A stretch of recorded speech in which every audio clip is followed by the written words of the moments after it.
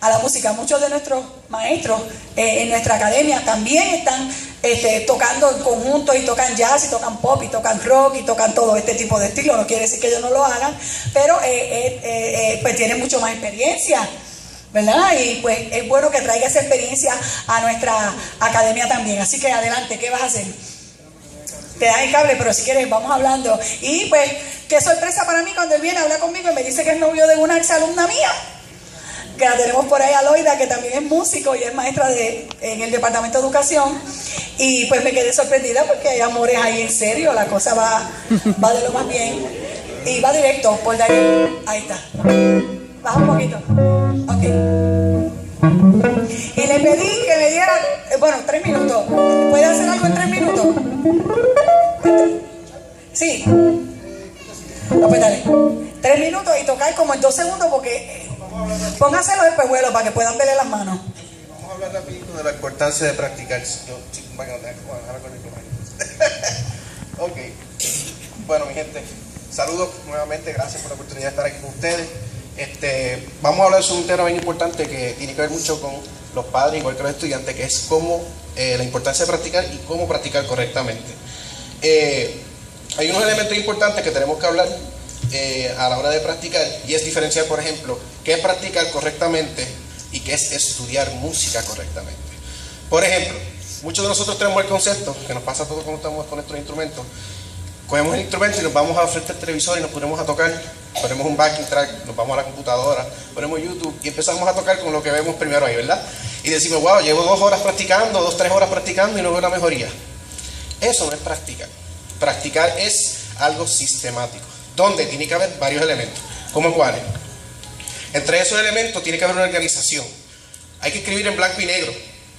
Es importante escribir en blanco y negro lo que nosotros hacemos. Por ejemplo, cada sesión de estudio que nosotros hagamos, ya sea de 1 hora, 15 minutos, media hora, tenemos que sentarnos, escribir de ejercicio tal, número 20 y pico, vamos a ponerle, el tiempo que le dedicamos a cada uno de esos ejercicios y específicamente la velocidad en el metrónomo. Eso es solamente un ejemplo, ¿verdad?, de lo que estoy hablando de un tipo de ejercicio. Otro importante es el ambiente, que esto es bien importante.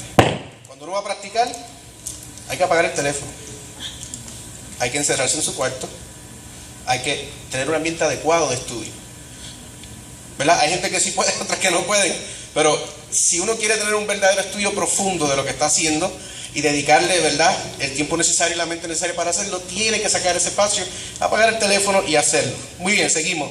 Número 3, y esto es bien importante y creo que es la esencia de todo tener un sistema adecuado de aprender a estudiar música, de la importancia de practicar, tener metas bien claras, definidas. Cada sesión de estudio que usted y yo vayamos a hacer, tenemos que tener unas metas definidas. Por ejemplo, hoy quiero practicar una técnica de legato en la guitarra. Legato significa tocar con la mano izquierda solamente sin usar la derecha. Esa meta tiene que estar bien definida, en blanco y negro, antes de empezar nuestra sesión de estudio. ¿Qué pasa? Si nosotros no tenemos eso antes de, pues, nuestro tiempo de sesión de estudio no va a tener ningún fin, ningún propósito. Vamos a seguir dando vueltas en lo mismo. Porque la información está ahí. La internet hoy en día, gracias a Dios, ha facilitado que la información esté ahí para todo el mundo. Ahora, esto es bien importante. La información es igual de importante que el método de estudio que usted implemente para estudiarlo. Si usted tiene la mejor información posible, pero no tiene un método correcto de cómo estudiar, de cómo aplicar su sistema, pues de nada le sirve. En palabras más sencillas, si yo le doy información al estudiante y no le digo cómo practicarlo, ¿verdad? Hay que tener un método. Y ese método, que es uno geométrico, que vamos a hablar propiamente de él, pues es bien importante tenerlo. Otra cosa bien importante a la hora de que estemos en esa sesión de estudio, esa sesión de práctica, es cuál es la mentalidad que nosotros debemos de tener a la hora de estar estudiando. ¿En qué debemos estar pensando? Número 1, es bien importante recordar la razón por la cual estamos practicando ese ejercicio o ese tiempo en particular. Durante ese tiempo que nosotros estamos estudiando, practicando, tenemos que tener en mente eso. ¿Por qué yo estoy haciendo esto? Eso va a reforzar la meta a la cual tú estás aspirando y obviamente te va a dar mucha más validez a lo que estás haciendo. Número 2, pensar hacia dónde te va a llevar esa meta, ¿verdad? ¿Por qué lo estoy haciendo? Meta a corto plazo. Meta a largo plazo, ¿hacia dónde me va a llevar esto? ¿Por qué yo estoy haciendo este tipo de práctica? Porque estoy sacando tiempo para esto. Y número 3, bien importante, visualizar ya como si tuvieras, por ejemplo, si una de tus metas es tocar una pieza clásica completa de principio a fin, perfectamente.